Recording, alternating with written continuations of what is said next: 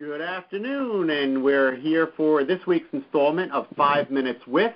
This week's subject is Atul Bansal. He is the CEO of TimeSys, and most of you probably know TimeSys. I won't get too far into that because we only have 5 minutes for this interview. Hello, Atul. How are you? Hi, Rich. I'm doing good. Thanks a lot. Thanks for interviewing me.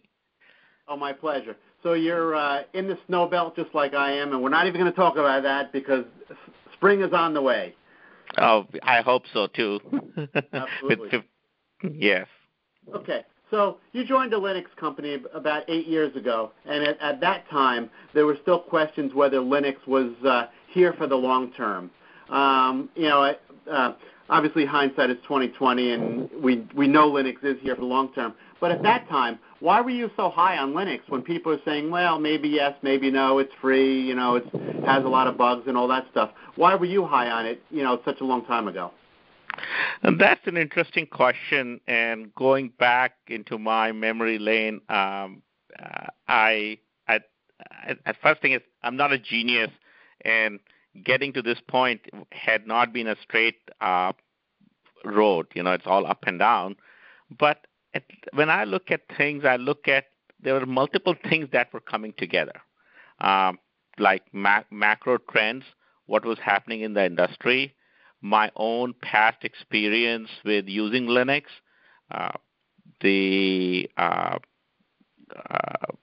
also what was happening with the passion about how we build things, how we analyze the system, and my own desire. My own background had been communication. We spent 20 years, so my own desire to see beyond communication what other industries this technology can be applied. So all that came together. So just give you a little bit more background.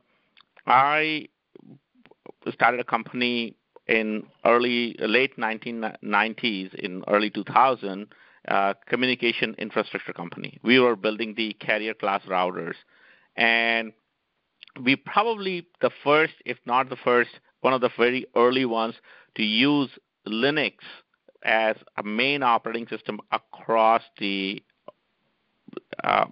on that product, basically. So that gave me a lot of insight on that Linux can be used for communication devices. Also, when we were doing the research, whether we should use Linux or use a real-time operating system, we always used to ask semiconductor companies, hey, is this your SoC coming out? What operating system are you supporting? And Linux always used to be on top of our list, basically. Are you supporting Linux and all? And what we looked at in 2007 or 8, like about 8 years ago, the SoCs were becoming cheaper and faster. So a heavy operating system like Linux can run on those SoCs.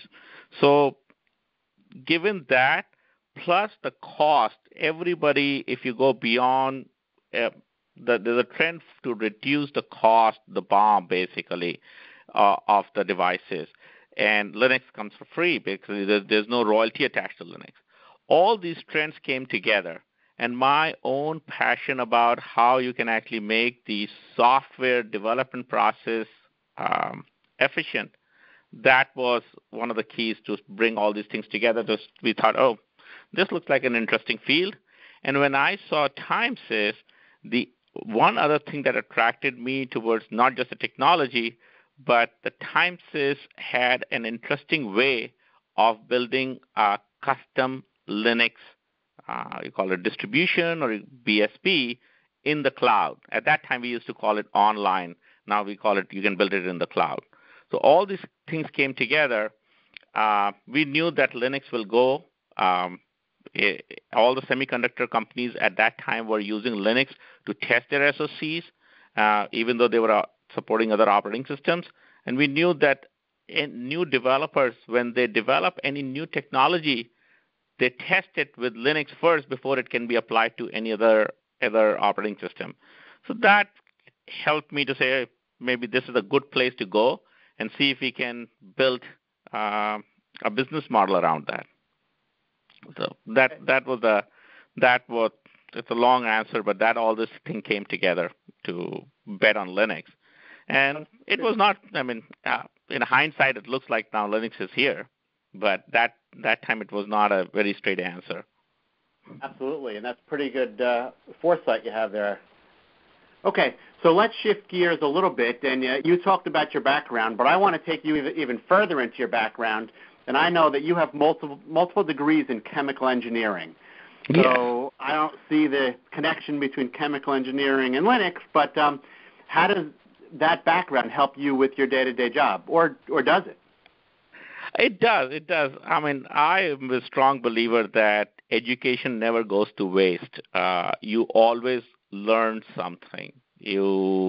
Like, for example, doing an engineering degree, you always learn how to analyze system. You become very analytical. You also look at risk assessment, become very logical. All those things help in your day-to-day job.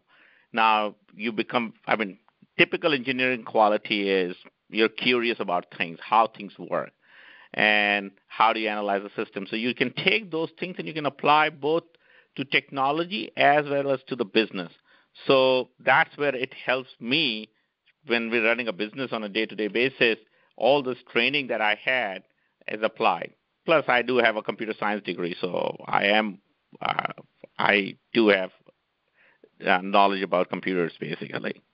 Very good. I didn't mean to imply that you did not. Okay, no. Well, that was our 5 minutes. We are out of time, Atul, believe it or not. Oh, really? Okay. It certainly goes quickly.